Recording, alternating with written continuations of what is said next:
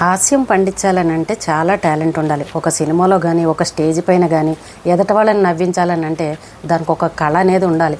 బాగా తెలివిగా ఆలోచించి మన సొంతంగా క్రియేట్ చేసుకుని ఎవరిని కూడా బాధ పెట్టకుండా ఒకరి గురించి విమర్శించకుండా చక్కగా ఎదుటి వాళ్ళని నవ్వించాలి. అలా చేస్తేనే వాళ్ళు గొప్ప హాస్య నటులుగా మనం అందరం కూడా గుర్తిస్తాం. అయితే పాత సినిమాల్లో చూడండి, జంజాల్ గారి సినిమాల్లో కామెడీ ఎంత చక్కగా ఉంటుంది. ఎవరిని కూడా నొప్పించరు, ఎవరి పేర్లు వాడరు. చక్కగా న్యాచురల్గా మన కుటుంబంలో జరిగే విషయాల గురించి మాట్లాడుతూ చక్కగా ఎదటి వాళ్ళకి నవ్వొచ్చే విధంగా చేసేవారు. అనుదీప్ కటికల అనే ఒక వ్యక్తి, అంటే అతను ఇంతకుముందు ఒక కంపెనీలో మేనేజర్గా పనిచేసేవారు. తర్వాత అలాగా కామెడీ షోలు చేస్తూ ఉండేవారు. అంటే ఇప్పుడు జూబ్లీ హిల్స్ కానీ బంజారా హిల్స్ అలా పెద్ద పెద్ద స్టార్టప్ కంపెనీల్లోనూ ఇలా ఫ్యామిలీస్ టికెట్లు కొనుక్కొని వెళ్ళి వాళ్ళతోటి హాస్యంగా మాట్లాడడం, వాళ్ళని నవ్వించడం, కామెడీ షోలు చేయడం ఇలాంటివి చేస్తూ ఉంటాడు. అయితే ఈ రోజున అందరూ కూడా అతన్ని ఇష్టం వచ్చినట్టు తిడుతున్నారు. అయితే అతను కామెడీ పండించే విషయంలో పవన్ కళ్యాణ్ గారి ఫ్యామిలీని మాట్లాడుతూ, అంటే చిరంజీవి గారు మొత్తం ఫ్యామిలీ గురించి మాట్లాడుతూ, వాళ్ళ పిల్లల గురించి అసభ్యకరంగా మాట్లాడుతూ, ఒక పెళ్ళైన అమ్మాయి విడాకులు తీసుకుని నిహారిక, అది ఆ అమ్మాయి పర్సనల్ విషయం, భార్యాభర్తల మధ్య ఏదో గొడవ రావచ్చు, ఇద్దరు ఇష్టపూర్వకంగా విడాకులు తీసుకున్నారు. ఈ రోజున ఇప్పుడు ఆ అమ్మాయి చక్కగా సినిమాలు తీసుకుంటూ ఒక డైరెక్షన్ చేసుకుంటూ తన లైఫ్ తను హ్యాపీగా చూసుకుంది. ఎవరితోనూ గొడవలు లేవు, భర్త సైడ్ నుంచి కూడా ఎటువంటి ఇబ్బందులు లేవు. ఇష్టపూర్వకంగానే వాళ్ళు విడిపోయారు. ఎందుకంటే ఎదటి వాళ్ళని ఎవరు కూడా ఏడిపించలేదు. అలాగే పవన్ కళ్యాణ్ గారు కూడా వాళ్ళ భార్యల దగ్గర విడాకులు తీసుకున్నప్పుడు కూడా వాళ్ళ ఇష్టపూర్వకంగానే చక్కగా విడాకులు తీసుకున్నారు. ఎవరు కూడా బయటకు వచ్చి ఈయన ఇలా ఏడిపించాడు, నన్ను ఇలా అన్నాడని ఎవరు ఎటువంటి కంప్లైంట్ ఇవ్వలేదు. ఎవరి గురించి ఎవరు మాట్లాడుకోలేదు. ఎవరికి నచ్చినట్టు వాళ్ళు హ్యాపీగా బతుకుతున్నారు. ఈ రోజున ఈ టాపిక్ ఎందుకు మాట్లాడుకుంటున్నామని అంటే, ఈ అనుదీప్ అన్న వ్యక్తి ఎవరైతే ఉన్నారో ఏమని మాట్లాడాడంటే, రామ్ చరణ్ గురించి, ఉపాసన గారి గురించి, నిహారిక గురించి, పవన్ కళ్యాణ్ గారి గురించి, వాళ్ళ పిల్లల గురించి ఇష్టం వచ్చినట్టు మాట్లాడారు. తప్పు కదండి.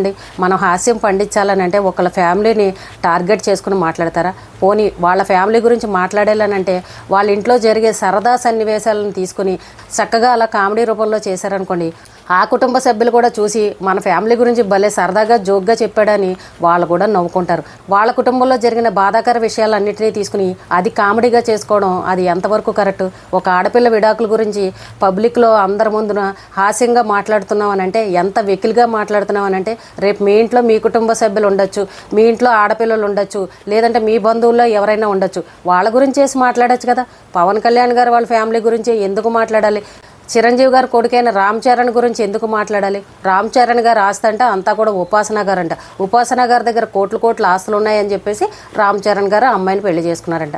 తప్పే ఉందండి. పెద్దవాళ్ళకున్న ఆస్తులు పిల్లలు అనుభవిస్తారు. పెద్దవాళ్ళు సంపాదించిన ఆస్తుల మీద ఆదాయం వస్తుంది. కొద్దిగా ఉన్న ఆస్తిని ఇంకా అలా పెంచుకుంటారు. వాళ్ళు కష్టపడే కదా పైకి వస్తున్నారు. ఎవరి మీద అన్యాయంగా సంపాదించింది కాదు కదా. అసలు అలాంటి వాటి మీద కామెడీ షోలు చేయడం ఏంటి? బుద్ధి ఉండాలి కదా.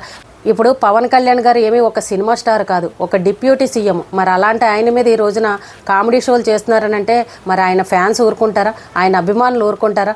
వాళ్ళ కుటుంబ విషయాలను తీసుకొచ్చి కామెడీ చేయడం ఏంటండి? అవి ఏమన్నా మంచి విషయాలా?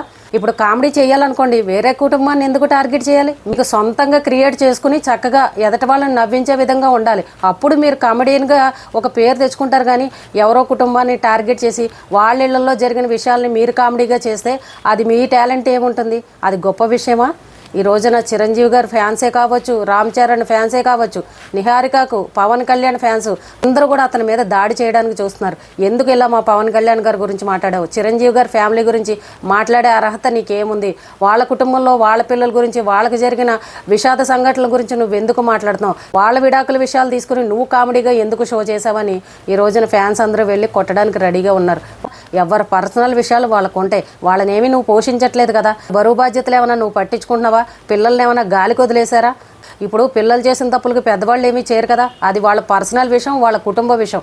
ఏదైనా సినిమా పరంగా మాట్లాడాలనుకుంటే మాట్లాడచ్చు. అంతేగాని ఒక ఆడపిల్ల విడాకుల విషయం, పర్సనల్ విషయాలు తీసుకొచ్చి నువ్వు కామెడీ షోలో చేయడం అది ఎంతవరకు కరెక్ట్? అలాగే ఒక డిప్యూటీ సీఎం గురించి ఆయన పర్సనల్ విషయాలు తీసుకొచ్చి నువ్వు కామెడీగా చేయడం అది ఎంతవరకు కరెక్ట్?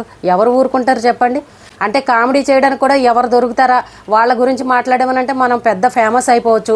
ఇది చిలికి గాలివాన్ అవుతుంది. మనం కూడా పెద్ద ఫేమస్ అవ్వచ్చు అని అనుకుంటారో ఏమో తెలియదు. కానీ ఈ రోజున ఫ్యాన్స్ అందరూ కూడా కొట్టడానికి రెడీగా ఉన్నారు. కట్లు పెట్టి ఆ షోకి రండి అని ఫ్యామిలీలందరూ వెళ్ళి అతను మాట్లాడే మాటలకి టప్పట్లు కొట్టి ఓ అని ఇకిలించి కొంతమంది నవ్వారు, కొంతమంది టప్పట్లు కొట్టారు, ఇంకొంతమంది సీరియస్ అయ్యి, ఇంకొంతమంది పవన్ కళ్యాణ్ గారి అభిమానులు ఎవరైతే ఉన్నారో వాళ్ళందరూ స్టేజ్ మీదకి వెళ్ళి కొడదామనే చూశారు. అతను తప్పించుకుని ఎటో వెళ్ళిపోయాడు. ఫోన్ ఫోన్ స్విచ్ ఆఫ్ చేసుకున్నాడు. చూడండి, ఈ రోజు కాకపోయినా ఇంకొక రోజు దొరికాడు అనుకోండి, ఖచ్చితంగా పెద్ద గొడవలు అవుతాయి కదా. జనసేన పార్టీ వాళ్ళు ఊరుకుంటారా?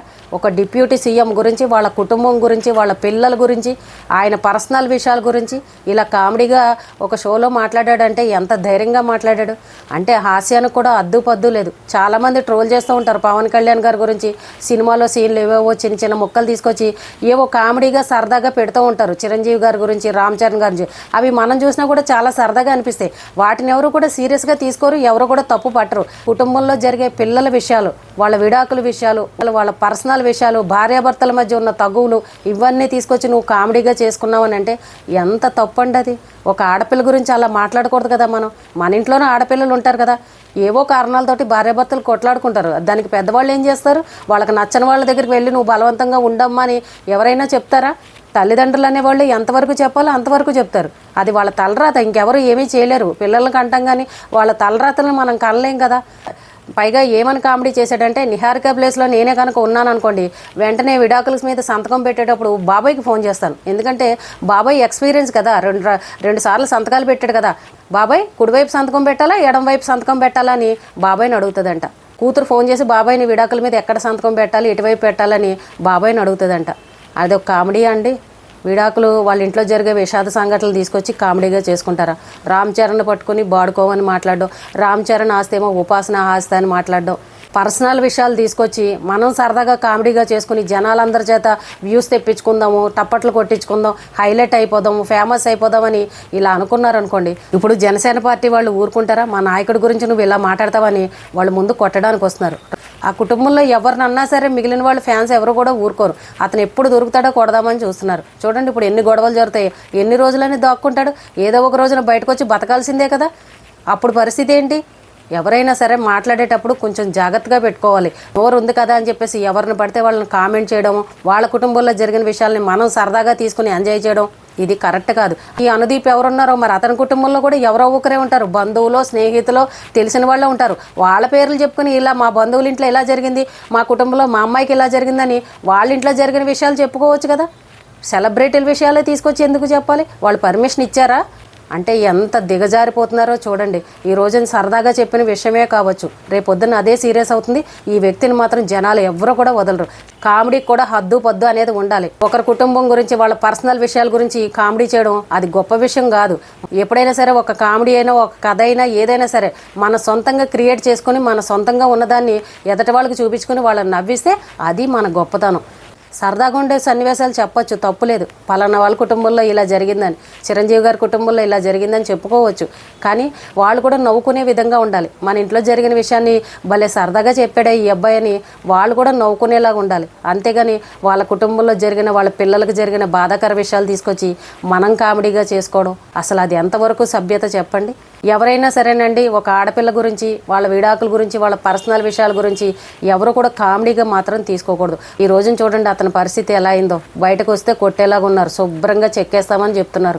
అయిపోయింది కదా ఈ రోజుతోటి. భయంతో బతకాల్సిన పరిస్థితే కదా. నోరు ఎప్పుడు కూడా అదుపులో పెట్టుకోవాలి. ఏదైనా సరే మన సొంత టాలెంట్ తోటి చూపించుకోవాలి, కానీ నోరు ఉంది కదా అని చెప్పేసి ఇష్టం వచ్చినట్టు మాట్లాడకూడదు. ఇప్పుడు ఇతని మీద కేసులు కూడా పెట్టడానికి రెడీగా ఉన్నారు. చూడండి ఎందుకు అలాంటి పనులు చేయడం, ఎందుకు ఇలాంటి సమస్యల్లో ఇరుక్కోవడం. ఎప్పుడు కూడా ఒక కుటుంబాన్ని గౌరవించే విధంగా ఉండాలి, మర్యాదగా మాట్లాడాలి. కానీ ఇలాంటి పిచ్చి పిచ్చి పనులు మాత్రం ఎవ్వరూ చేయకండి.